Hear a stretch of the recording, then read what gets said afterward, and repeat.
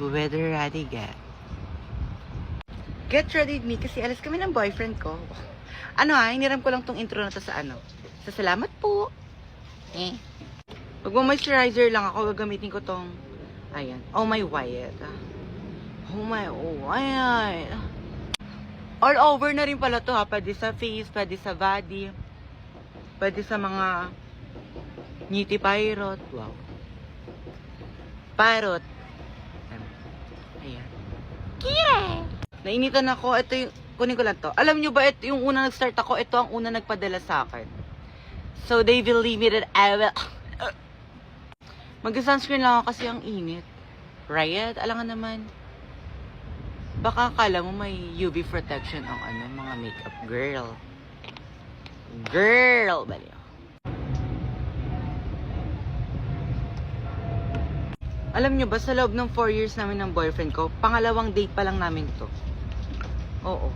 Right kayo dyan. Kasi, hindi kami fan ng, alam nyo yun, yung date ng date, like ganyan. Hindi kami fan ng ganun. Like, yung magsasama lang kami sa bahay, okay na kami. Ganon. Kasi, when we first meet, luncheon meet. By the way, I'm using skin tint kasi feeling ko nakikipag-break na sa akin yung balat ko. Tignan nyo, may 3 hari.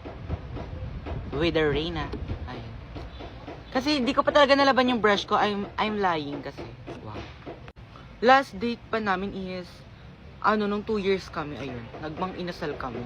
Ngayon, magmamang inasal din ulit kami. Doon lang naman yung favorite spot namin. Which is, wow. Ayun. Napavalio. Doon lang yung favorite spot namin kasi, yun lang din kaya ng budget niya. And, ako naman, syempre, pag mag-date kami, ayokong ako yung gagastos, right? Dapat ako.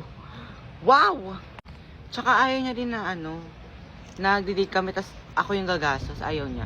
Ano pa siya, nag-extra pa siya, nagsimula siyang mag-ipon, like, nung 23, nag-extra siya sa kuya niya ng pagbubuhos, ganyan. Tapos nung 24, namas ko siya sa buong Pasig. Like, alam niyo yung namamas ko po, tapos ibigyan kayo ng tugto 25, gano'n yung tagpo 5 pesos.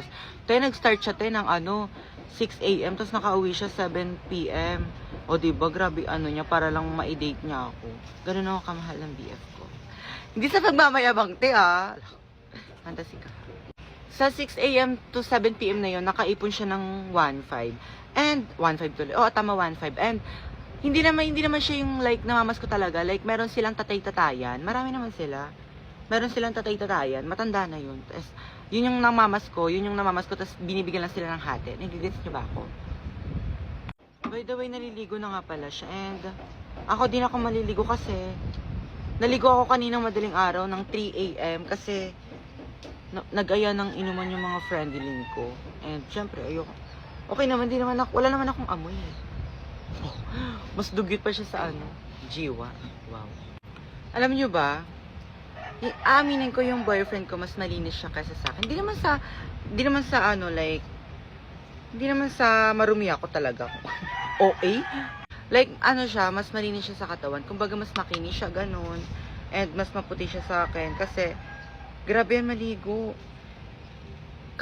Madali na siya sa lahat, wag lang sa pagliligo. Ganun siya. Ayaw niya yan. Tapos, hindi rin naakit ng kalsada yung pag walang ligo na para bang akala mo aamuyin siya doon. Kaya dyan nga lang sa may labas ng pinto, diyan lalabas kapag walang ligo eh. Ganun siya kalinis sa katawan. Ako kahit wala akong ligo rampa ako niyan. Wow. Ganun, nangangati na ako. And tsaka yung BF ko, never niya ako niloko. Yes. Simula na naging kami, hanggang sa ngayon, di niya ako niloloko. Hawak ko lahat ng social media accounts niya, like ganyan. Kahit sa TikTok, may aeroplano.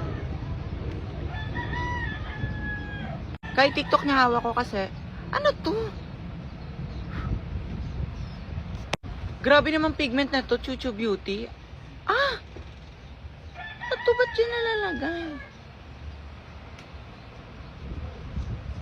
Mag-brief ka doon. Hindi ako natutuwa. Uulitin ko itong makeup ko, Nay. Antay mo ako. Bakit? Tingnan mo yung blush ko.